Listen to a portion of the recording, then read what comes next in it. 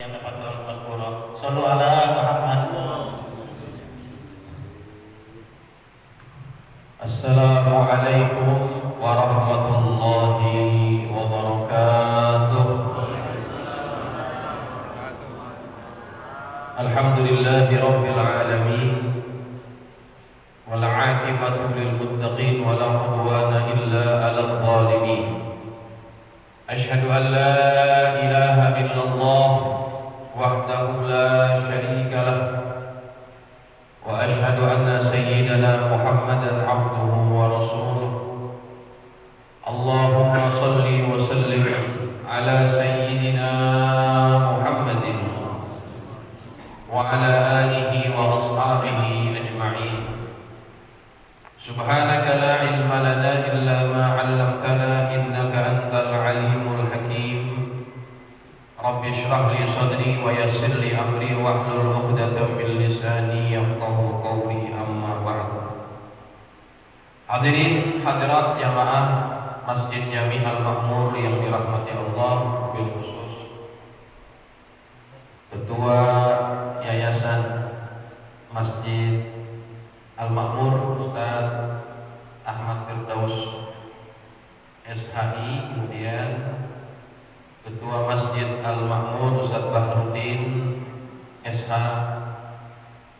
orang tua kita Bapak Haji Rahmani Umar, Bapak Asghari, Bapak Haji Muhammad Yusuf, Haji Nasir, dan juga MC kita, MC kondang, cuma dia doang yang dapat gelar pantun di sini, di Tebet.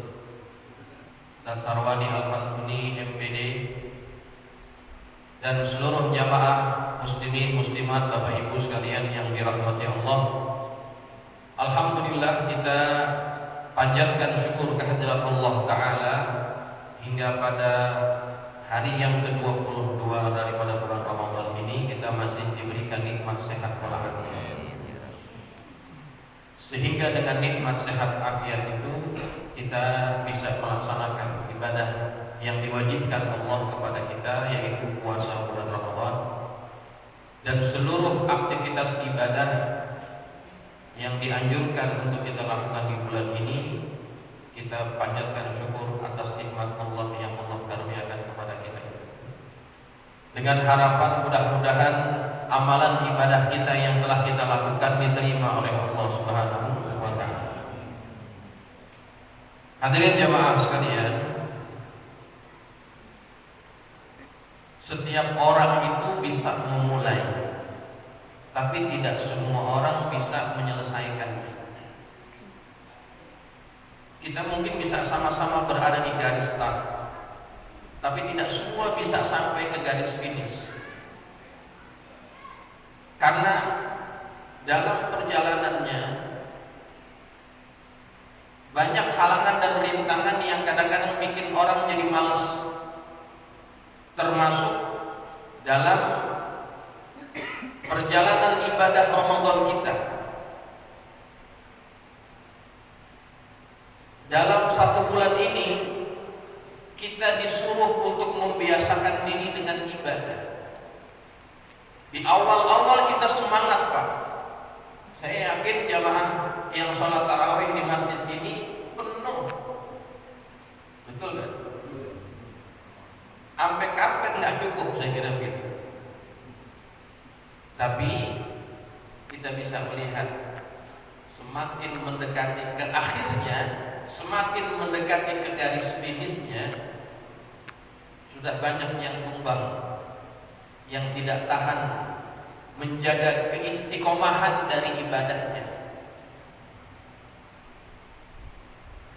sehingga barangkali sekarang yang sholat tarawih paling banyak 5 shaf, paling banyak. Berarti hubungan saya nggak salah, paling banyak 5, ternyata 2. Itu sesuatu yang lumrah jamaah sekalian. Karena memang yang susah itu bukan memulai, tapi menjaga konsistensi. Itulah yang disebut dengan istiqomah. Maka bapak-bapak yang masih bisa menjaga keistiqomahan dalam ibadahnya, inilah orang-orang pilihan. Orang-orang yang dikaruniakan Allah nikmat bisa ibadah sampai akhir Ramadan dengan sebaik-baiknya. Ini patut kita syukuri sebagai satu karunia Allah Subhanahu wa taala. Dan itulah kenapa Allah meletakkan mutiara Ramadan itu di akhir. Karunia terbesar di antara karunia besar yang ada di bulan Ramadan itu Allah taruhnya di akhir, yang kita kenal dengan Lailatul Qadri, yang mana Nabi sudah mencontohkan kepada kita apa yang seharusnya kita lakukan di 10 hari yang terakhir ini. Nah, jamaah, ini yang akan kita kupas pada kesempatan kuliah subuh pada pagi hari ini. Hadirin hadirat jamaah sekalian yang dirahmati Allah, Nabi itu punya prinsip dalam beribadah. Prinsip ibadah Nabi keseimbangan, tidak keterlaluan.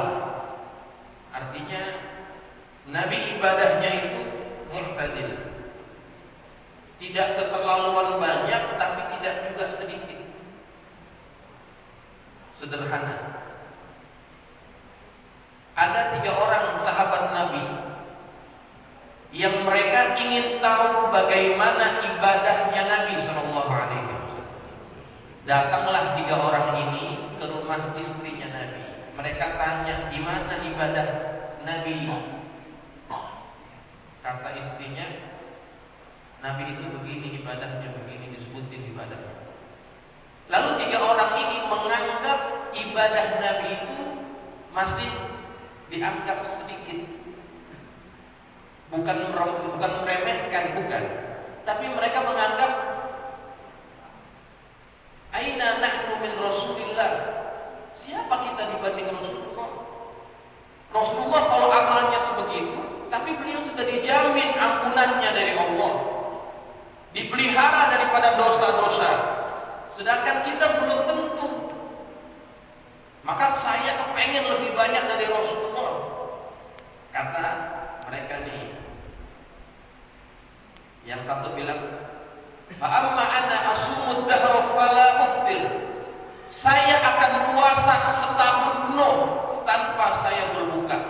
Maksudnya setiap hari dia puasa, yang namanya disebut dengan puasa dahr. Dia hanya tidak puasa pada hari-hari yang diharamkan.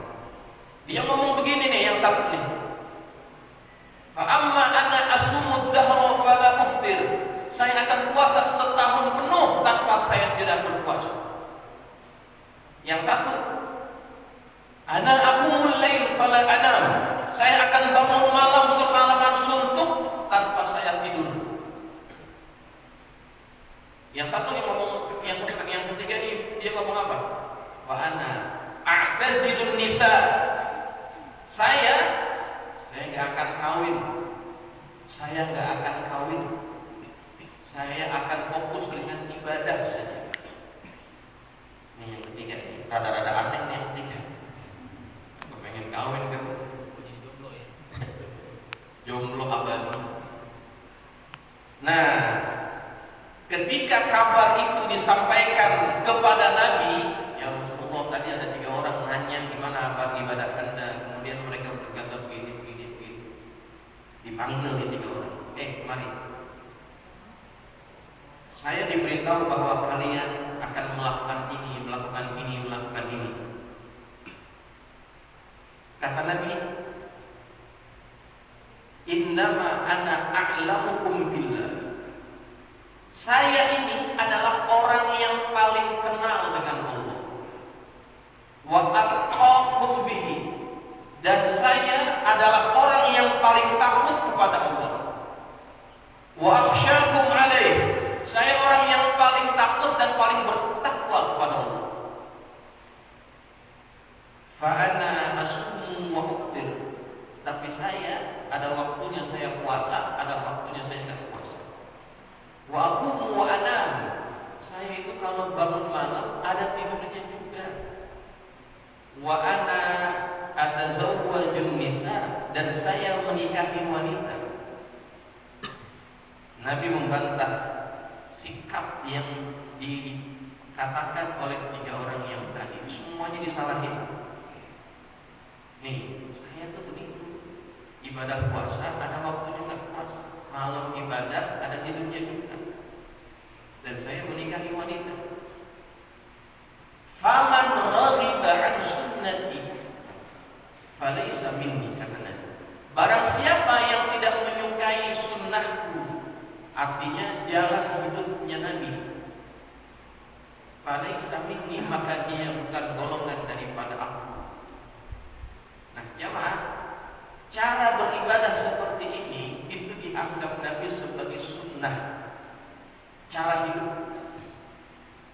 Dan Nabi menegur sahabat yang ibadahnya tidak sesuai dengan apa yang Nabi contohkan. Tuh jamaah, ya. Ini prinsip ibadah Nabi, ya. Prinsip ibadah Nabi.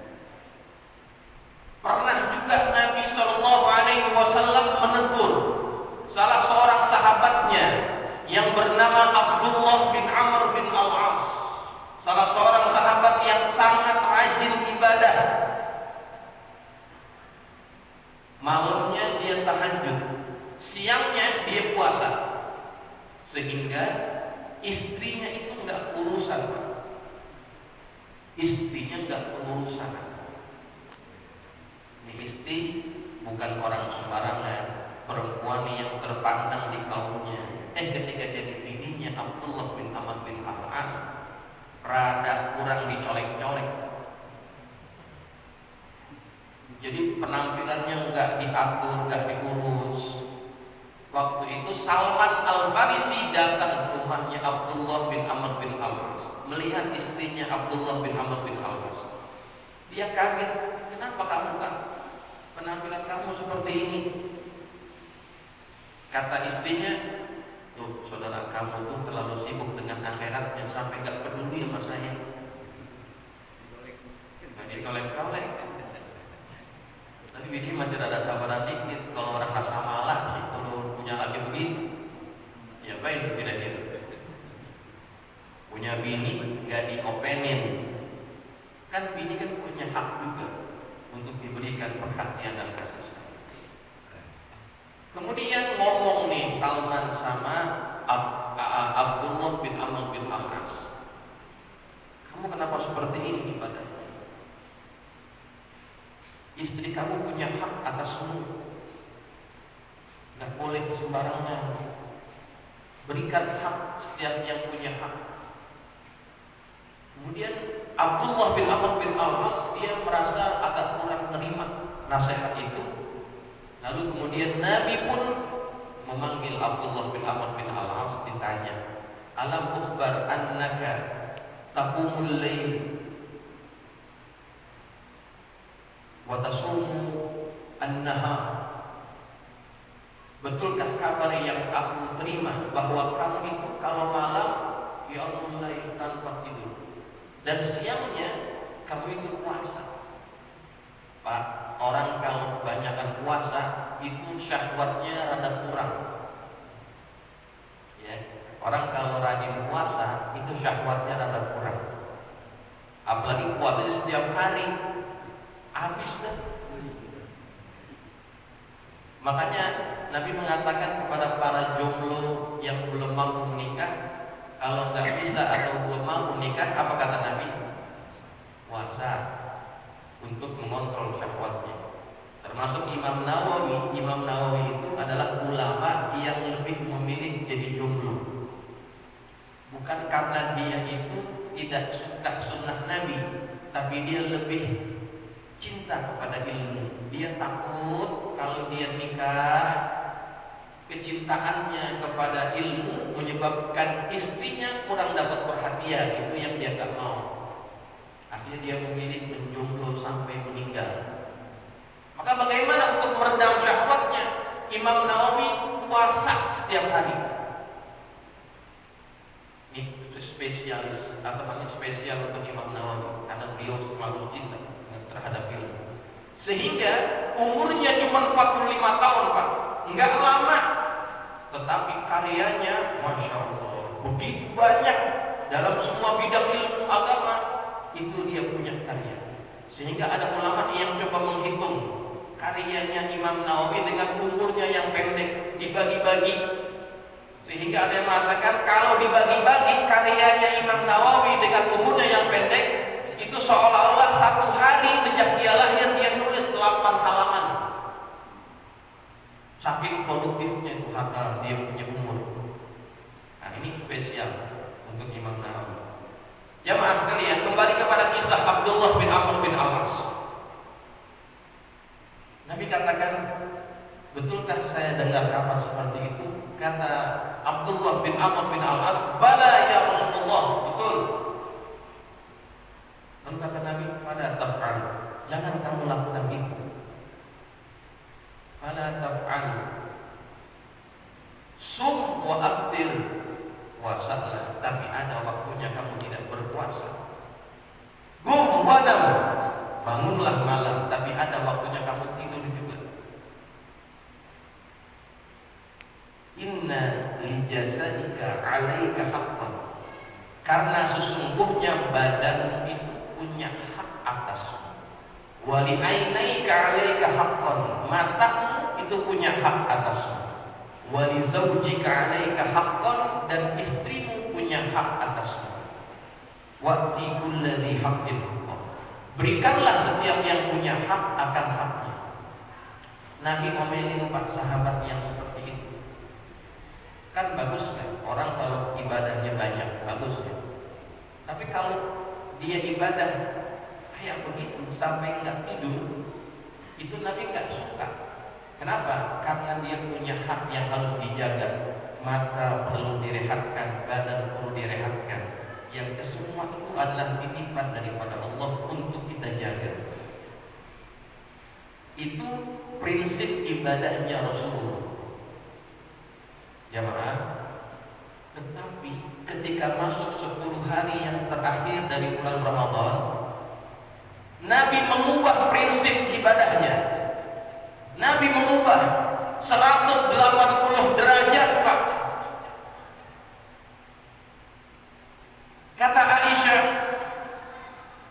kana Nabi sallallahu alaihi wasallam idza dakhala al-ashrul awakhir, baginda Rasulullah apabila masuk 10 hari yang terakhir, syadda mizzaru, Nabi akan kencangkan kainnya. Kencangkan kain maksudnya apa tuh? Kencangkan kain maksudnya adalah Nabi tidak bergaul dengan istrinya. Di mana Nabi adanya? Nabi ada di masjid. Ngapain? Iktikaf. Wa ahya lailahu, kemudian Nabi hidupkan malamnya. Hidupkan malam maksudnya bagaimana? Kata para ulama, maksud daripada menghidupkan malam adalah Nabi itu begadang. Nabi tidak tidur dan memperbanyak ibadah pada malam harinya. Wa ahya lailahu, dan wa ahya lailahu wa ayqasa ahlahu. Nabi bangunkan istrinya, disuruh untuk beribadah pada malam-malam 10 hari yang terakhir. Jamaah, coba bandingin 2 riwayat tadi. Yang pertama, Nabi suruh sahabat-sahabatnya kalau bangun malam qiyamul lail ada tidurnya kan? Disuruh ada tidurnya. Tapi ketika 10 hari yang terakhir, Nabi mengubah prinsip ibadahnya. Yang biasanya Nabi itu ada tidurnya, tetapi masuk 10 hari yang terakhir, Nabi jadikan malam itu seperti siang. Tidak tidur, jamaah. Kenapa bisa beda? Bukan berarti Nabi tidak konsisten. Sesungguhnya Nabi mengubah prinsipnya.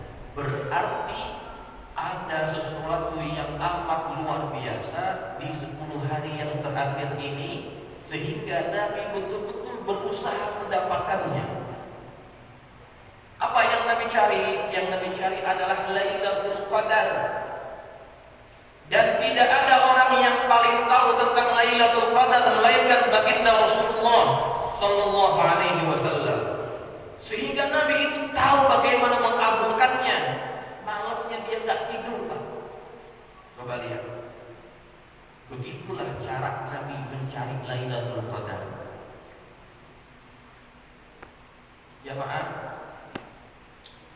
dalam Quran memang Allah jelaskan tentang keutamaan ataupun keadaan malam itu kenapa jadi mulia. Dijelaskan oleh Allah, tanazzalul malaikatu warruhu fiha. Malam itu malaikat turun ke bumi dan jumlah yang turun sangat banyak, sehingga kalau kita mengkaji makna kata yang Allah gunakan tanazzalu, itu asal katanya adalah tatanazzalu. Dia tidak sama dengan tanzilu. Kalau tanzilu itu cuma sekali turun. Kalau tatanazzalu, kalau tatanazzalu yang menjadi asal kata daripada tanazzalu, itu maknanya adalah malaikat yang turun berbondong-bondong dan bergiril-giril tanpa putus. Sampai kapan? Matla'ul fajr. Jadi malaikat yang turun ke bumi ada sip-sipannya. Turun, kemudian setelah selesai naik lagi, yang lain naik, yang lain turun. Itu terus begitu. Dan setiap malaikat yang sudah turun ke bumi, dia naik lagi, dia tidak akan pernah datang lagi ke sini. Saking banyaknya malaikat yang datang pada malam Al-Qadar. Dan bukan hanya malaikat-malaikat yang biasa yang turun pada malam itu adalah Ar-Ruh. Siapa Ar-Ruh? Jibril. Jibril turun ke bumi ketika malam Al-Qadar. Nah, itulah kenapa malam Al-Qadar menjadi istimewa, sehingga Nabi sanggup tidak tidur pada malam harinya. Nah, jamaah sekalian, ini yang harus kita jadikan sebagai pedoman. Saya tanya ya sama jamaah, kira-kira sanggup nggak kalau kita nggak tidur semalaman? Secara jujur kita katakan kita nggak sanggup. Tapi walaupun kita katakan kita nggak sanggup, jangan sampai nggak mengubah kebiasaan ibadah. Kalau biasanya di selain 10 hari yang terakhir ini kita lebih banyak tidur malam daripada bangun malam, maka di 10 hari yang terakhir ini coba kurangi tidurnya, perbanyak durasi ibadah malamnya. Kalau biasanya kita habis tarawih makan dikit, habis itu tidur, maka 10 hari yang terakhir coba jangan tidur dulu, tambahin Qur'annya. Kalau di 10 hari yang terakhir ini ataupun di luar dari 10 hari yang terakhir ini kita jarang iktikaf di masjid setelah tarawih, 10 hari yang terakhir ini coba sisakan waktu untuk kita iktikaf di masjid ini. Kita manfaatin waktu yang amat berharga ini. Kalau kita nggak bisa sepanjang hari daripada 10 hari yang terakhir seperti Nabi lakukan, coba cari malam-malam ganjilnya. Kalau masjid ini mungkin belum punya program iktikaf, nggak apa-apa, kita punya inisiatif datang ke masjid ini, kita iktikaf. Gimana Ustaz, kalau saya iktikaf sendirian lampu ada yang nyalain, takut juga kan? Kalau misalkan masjid ini belum siap karena mungkin masih dalam proses, cari masjid yang lain yang mengadakan program iktikaf. Sekarang sudah banyak di Al-Mubarakah bikin ya malam. Kalau mau rada jauhan dikit nyebrang, ada di Ittihad, ada di Al-Ikhwan, di Al-Mutakin tempat saya juga saya bikin juga. Kenapa? Kita kepengen nih orang-orang bisa manfaatin masjid sebagai tempat ibadah di 10 hari yang terakhir. Biar kita punya perbedaan antara 20 hari yang lalu dengan 10 hari yang terakhir ini. Jangan sama. Yang lebih parah kan makin menurun ibadahnya. Yang dulunya di awal-awal baca Quran bisa tuh sanggup 1 hari 1 juz. Mungkin ada yang 1 hari 2 juz atau 1 hari 3 juz. Makin kemari makin kendor. Gak baca. Katanya apa? Udah di awal udah banyak bacanya. Habis lagi yang perempuan yang minta maaf. Perempuan ini biasa di akhir-akhir udah makin repot, ambil barang. Akhirnya yang berharga di akhir-akhirnya itu menjadi kurang diperhatikan. Nah, jamaah ini yang harus kita coba tambahin ibadah kita di akhir-akhir Ramadan. Kenapa? Karena Lailatul Qadar itu dia tidak datang kepada orang yang gak nyari. Jangan percaya orang yang ngomong, gue lagi duduk-duduk, tiba-tiba gue lihat cahaya kayaknya itu Lailatul Qadar. Lagi duduk-duduk Pak, lagi ngopi, dapat Lailatul Qadar katanya.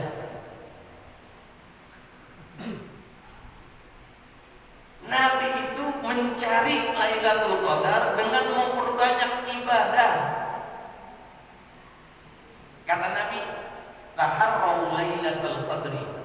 Taharrau dalam riwayat yang lain, iltamisu, cari.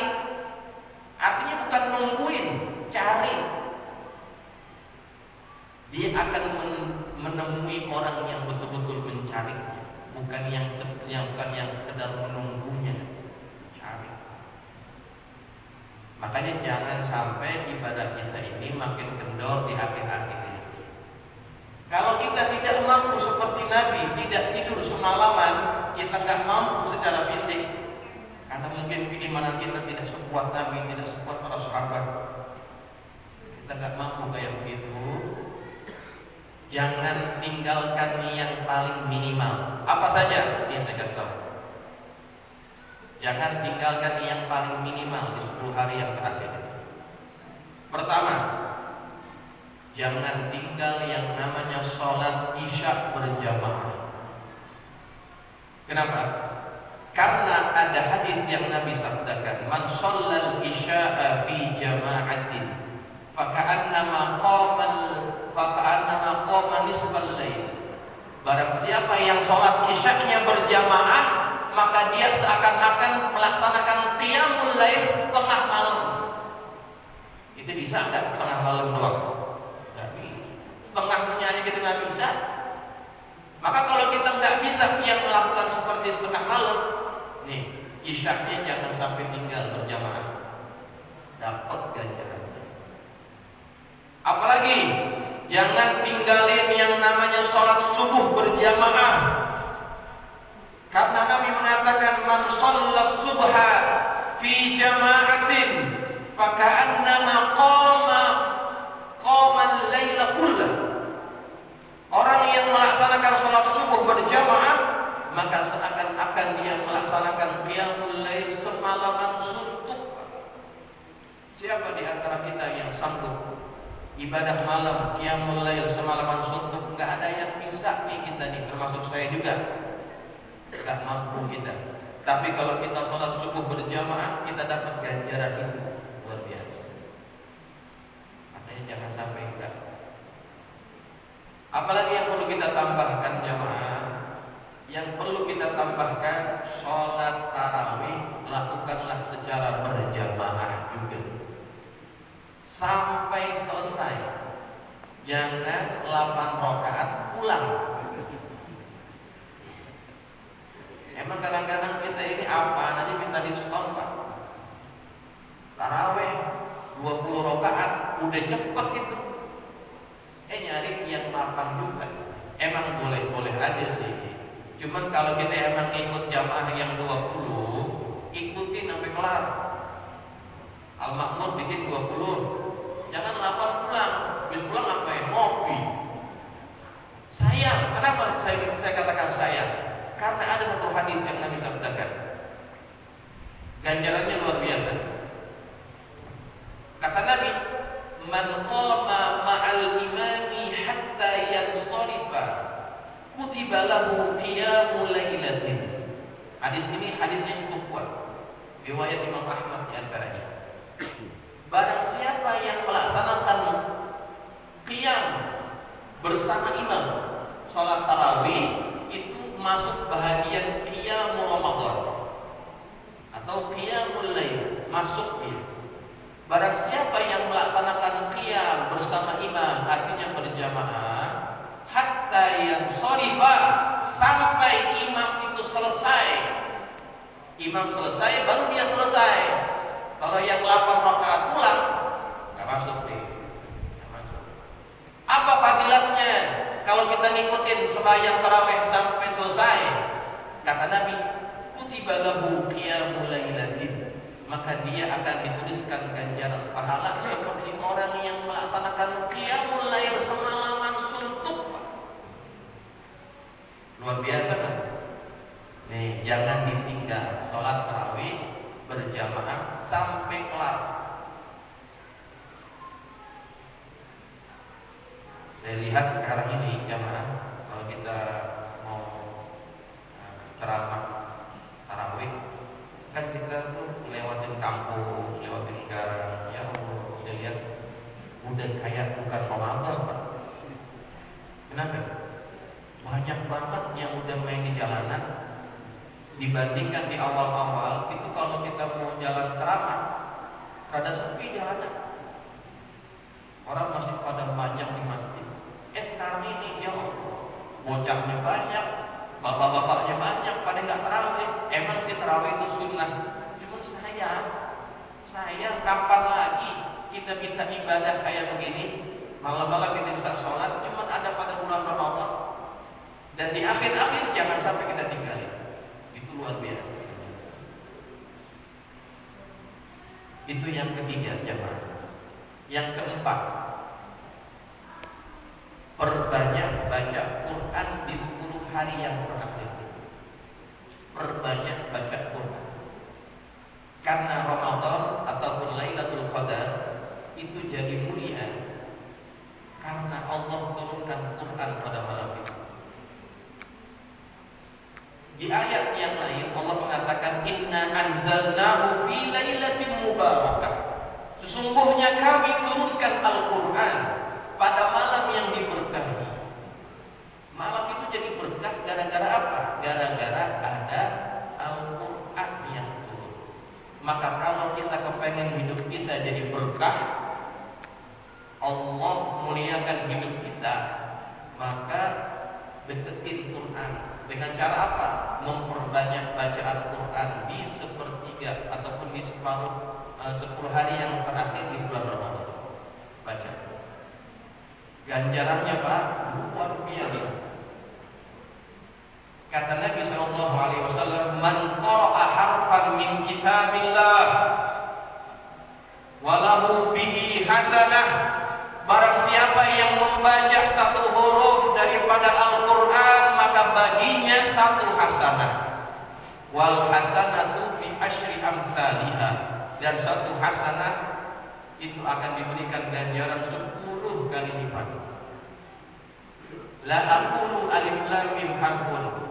Saya tidak katakan alif lam mim itu 1 huruf. Walakin alifun harfun, lamun harfun, mimun harfun. Akan tetapi alif 1 huruf, lam 1 huruf, mim 1 huruf.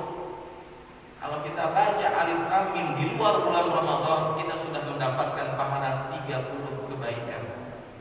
Itu di luar bulan Ramadan. Bagaimana kalau di Ramadan, jemaah sekalian?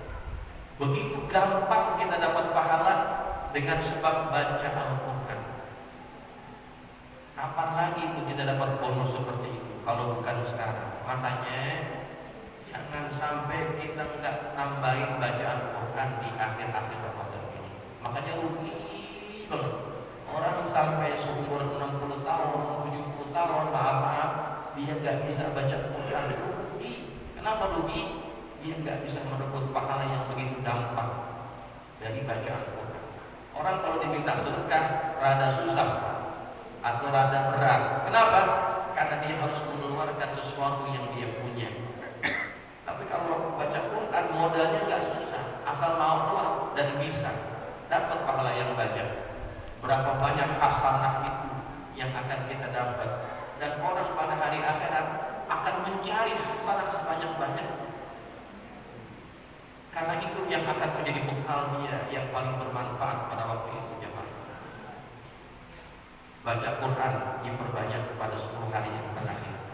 Jangan semakin kendor, ya. Di antara masjid-masjid yang saya lihat nih, ini nggak tahu ya di Masjid Al-Makmur, dia udah bikin khataman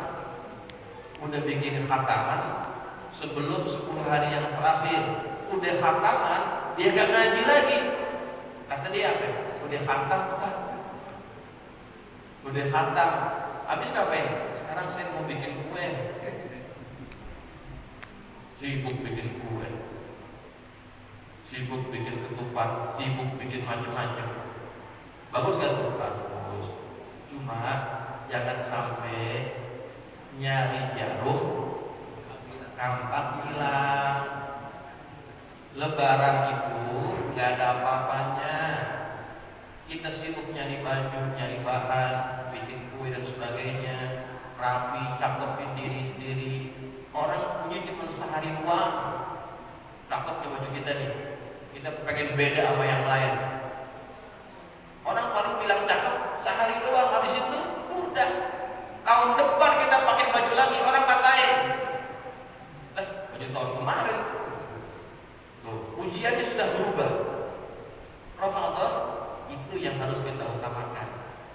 Zaman sekarang gak usah sibuk-sibuk bikin kue, Bu. Beli aja. Beli obat mahal. Akhirnya kena PHK lagi. Udah gak usah bikin kue, bikin aja agar-agar, kasih orang yang datang ke rumah. Artinya jangan sampai fokus kita ini berubah di akhir-akhir Ramadan. Ingat pepatahnya, jangan sampai kita nyari jarum tampak hilang. Yang kecil yang kita cari, yang gede yang fungsinya banyak, yang bermanfaat buat kita tinggalin. Nah, ini jangan sampai kayak begitu, ya. Nah, jamaah yang dirahmati Allah, ini yang bisa saya sampaikan. Mudah-mudahan bisa menambah semangat di 10 hari yang terakhir, ya. Buat apa lagi kita di akhir Ramadan ini kalau bukan menambah ibadah, ya.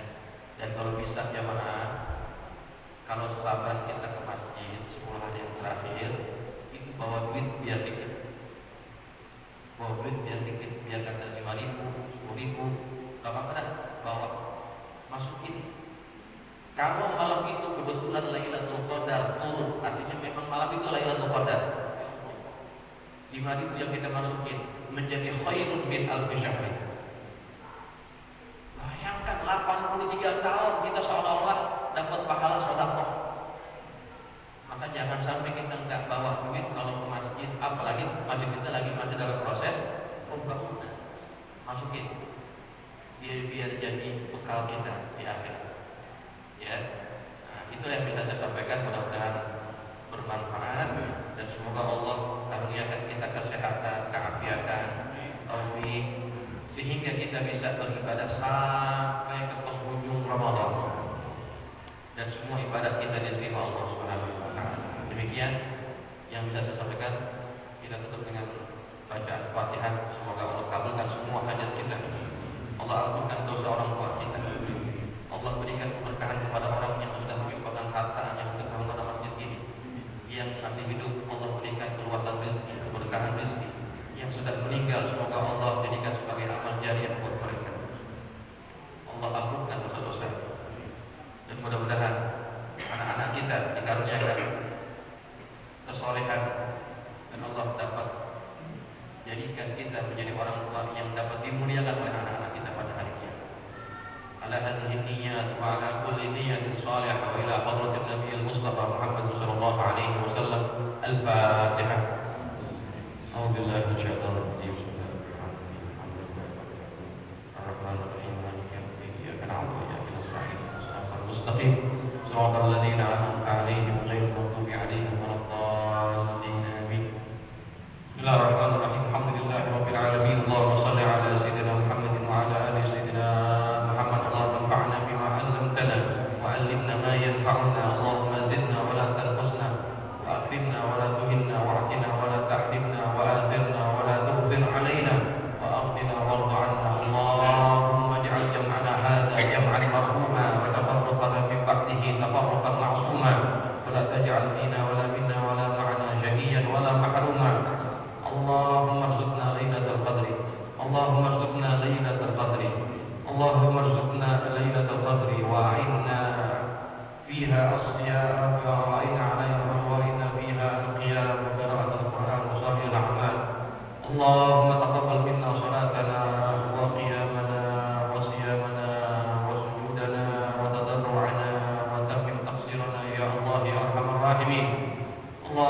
rabbana hab lana min